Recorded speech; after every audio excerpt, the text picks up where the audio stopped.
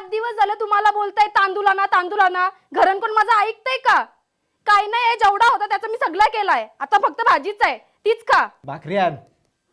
तांदळाचीच तर भाकरी होतंय, कंची बनू मी? जा शेजारच्या जवळची मागून आण.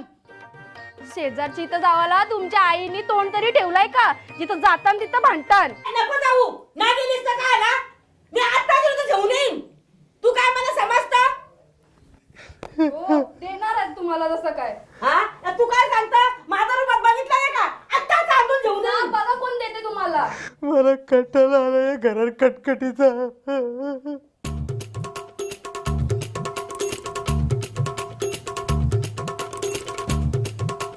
चल चल पोरा, आपण तांदूळ घेऊन येऊ. चल.